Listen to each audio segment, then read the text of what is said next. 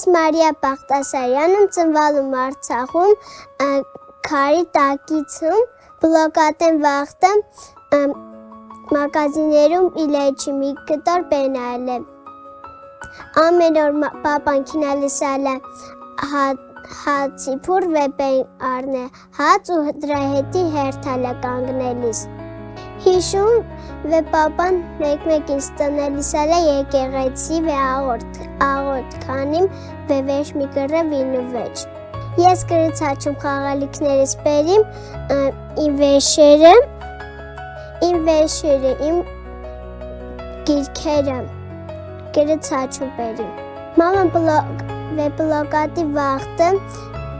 լուսերն ճտելիսն է, մամամի մոմալ է միացնելիս վեկարին քոնինի։